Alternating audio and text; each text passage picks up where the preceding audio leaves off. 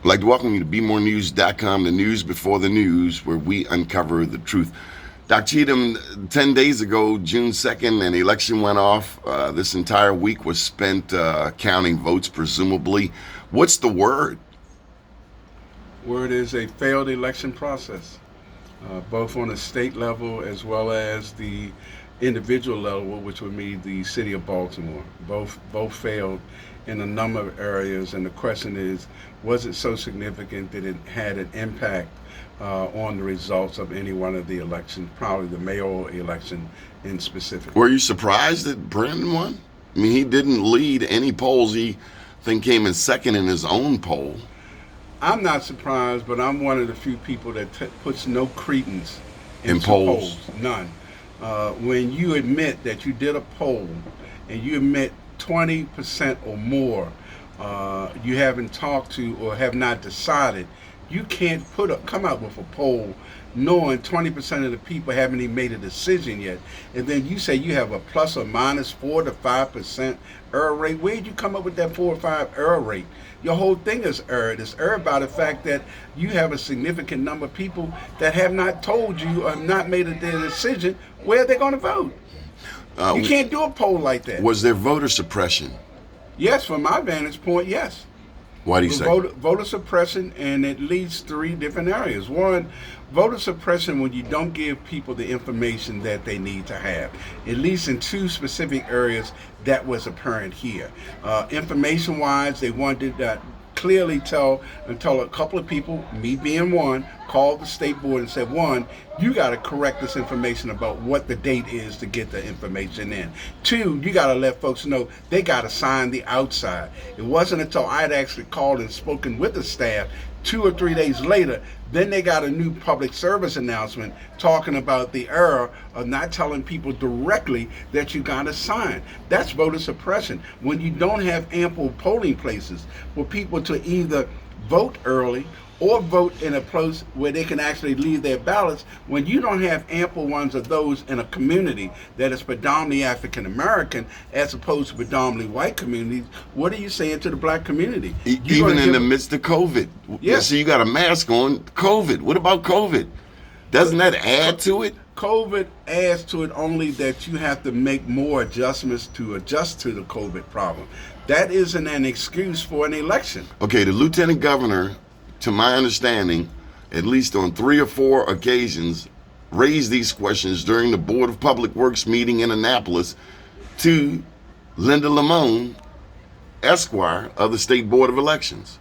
And she relatively assured him that everything was fine.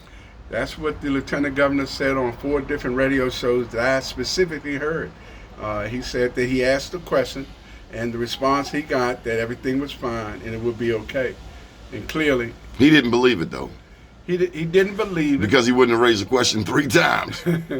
I think you're right. You know, we have no permanent friends, no permanent enemies. So in this case, I'm having to agree definitely with the lieutenant governor. I think he was very much on point. And he's the only one who said something. Only one that I know of, Donnie, except for myself. He's a Republican?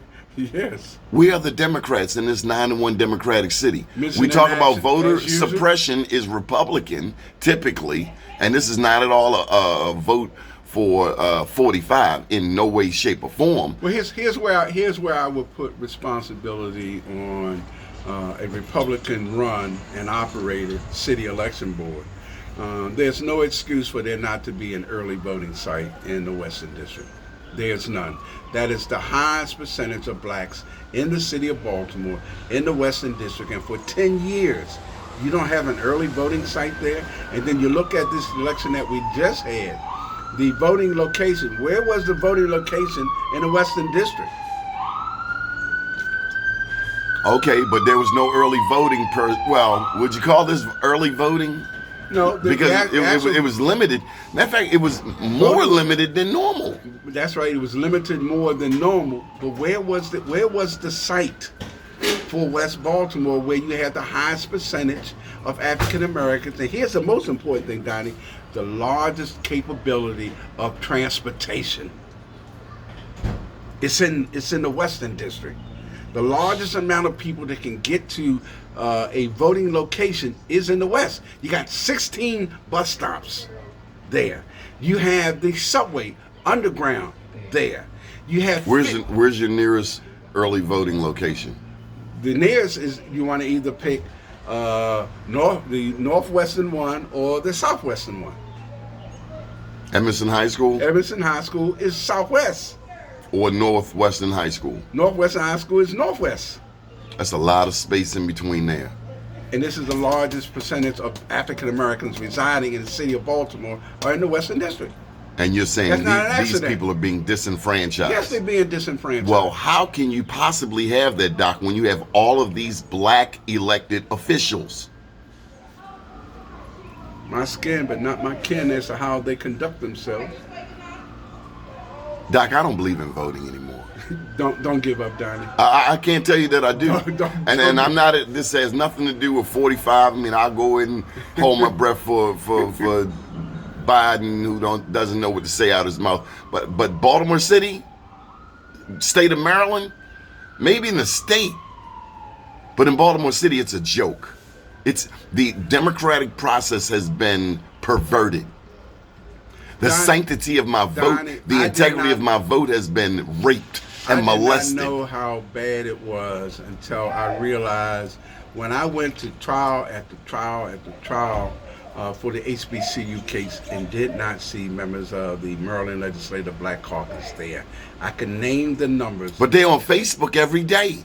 They're all over the place. They're using every type of social media available. That's when I realized, I said, this Black Caucus is not only absent. Then you're talking about the Maryland Black Caucus. The Maryland Legislative Black Caucus. You know, they are a bunch that have really disenfranchised us. They've done nothing to fight for us, and here it is. You got to fight. But they're empowered. Oh, they're empowered. One state senator, his sister's now a city council person, correct? Yeah, they're doing well. Another delegate from East Baltimore, his daughter is now empowered. Yeah. So they're empowered. Yeah. But what about the communities that they serve? We're being neglected.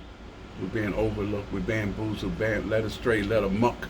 Everything that Malcolm said right now, when it comes to voting, it's it. And I'm saying, when are we going to have some people other than the lieutenant governor, and I'm going to raise my hand, and myself screaming and hollering about this, and then we got some ignorant folks talking about everything but that as to what the issues are. There's issues of malfeasance, misfeasance, and non-feasance by both the city and the state election board that need to be addressed through an immediate investigation. We need to find not only how it happened, but how do we stop it from happening for the next election. I thought it should have been an investigation. I talked to Dolores Kelly. I thought the Maryland General Assembly, given the 1,800 voting irregularities in 2016, would have said something and done something. They failed us. This is 3 years later, an entire election cycle. Yeah. Anything we haven't covered, we talked about voter suppression, we talked about the malfeasance, the sterility of the Democratic Party in a 9-1 Democratic city, in a 2-1 Democratic state. This is despicable. Yeah, I would say this. One of the problems that we also need to look into, and this may be where malfeasance took place. Why was Baltimore City selected to be last to get their ballots sent to them? Some of these questions that they're compared to the other 23 jurisdictions in Maryland. Some of the questions have to be asked. The company, what's it called? SEA Change. They said that Baltimore requested the ballots late. Yes. So Armstead Jones is in charge, correct? I'm not certain who's in charge of assigning the company that actually prints the ballots. That may be a state responsibility. It may. But it was Baltimore City's job to get their request in on time, correct?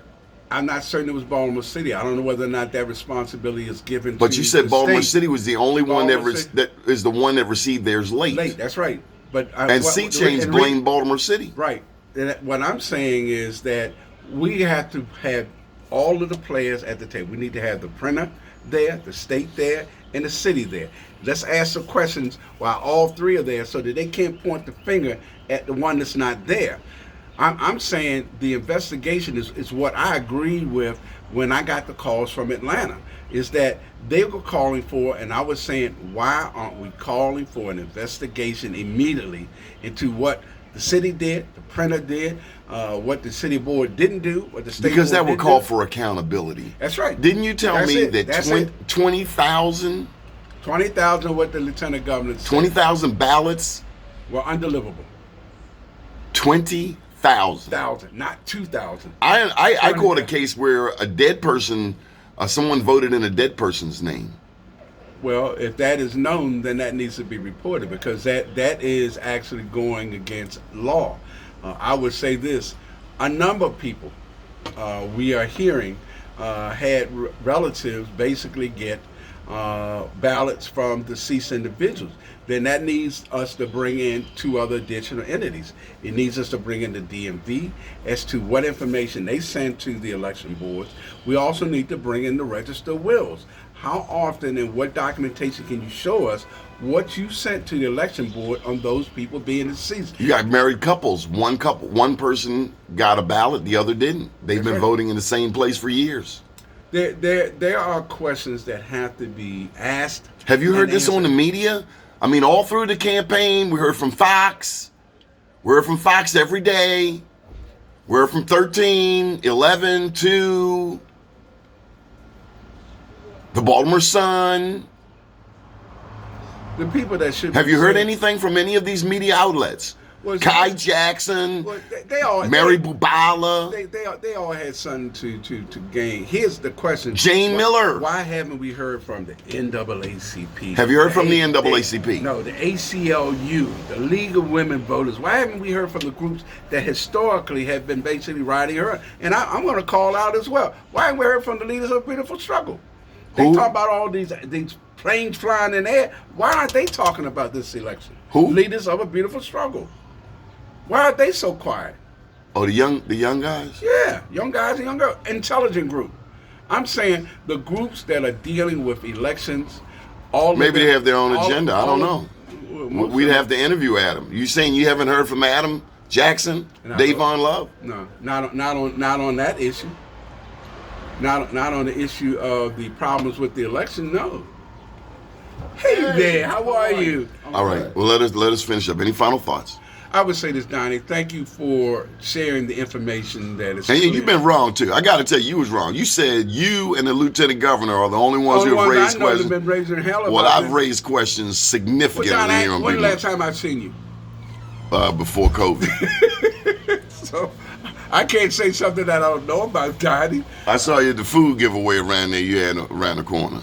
Yeah, that's the only time cause you've been out campaigning and I've been out trying to save my community, which both are viable things to do. But I just want to thank you for continuing to share this with the different media that you deal with. I'm still calling for an immediate investigation of the election on the state level and the city level. Both Linda Lamone and Armstead B. Carly Jones need to be removed. We need new leadership. The lieutenant governor called for that, correct? Yes, he called for Lamone's, didn't call for Mr. Jones. You're calling for both. I'm calling for both. I think we need a change in leadership and administration, at least to get us through this next election.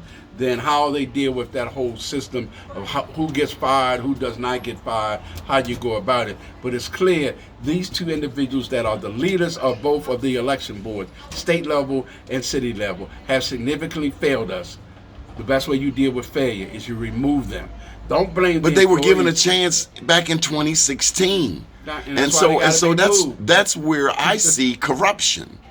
If a person made 1,800 mistakes on their job, can you imagine a bank teller making 1,800 mistakes and having the opportunity to do it again in 4 years? Well, not only would they be fired, but you'd be finding out whether or not you can get any money back from them. That would be the question if you're in a bank. But Donnie, it's important. We got to keep this issue to the disgusting, forefront. Doc. We got to keep this issue to the forefront. There needs to be an investigation, and we need to get an improvement in the leadership in both of those offices. Good deal. Keep watching BeMoreNews.com, the news before the news, where we uncover the truth. The only thing that they did good when they had people get 6 feet apart so I couldn't hit him.